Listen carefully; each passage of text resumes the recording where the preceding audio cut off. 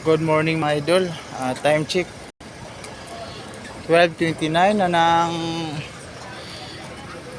madaling araw na. Ayan, bali naka-duty tayo ngayon mga idol. Ayan. Tapos natin mga idol. Bali, kung tayo ngayon,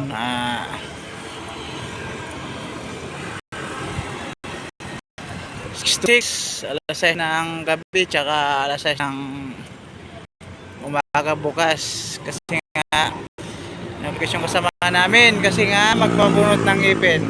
Ayan. Ali, pagbigyan natin. Kasi, ganyan. Kailangan yan mga idol. Ayan. Yun, still normal situation sa aking responsibility. Ang aking EOR, area order of responsibility. Ayan, mga idol, ingat tayong lahat.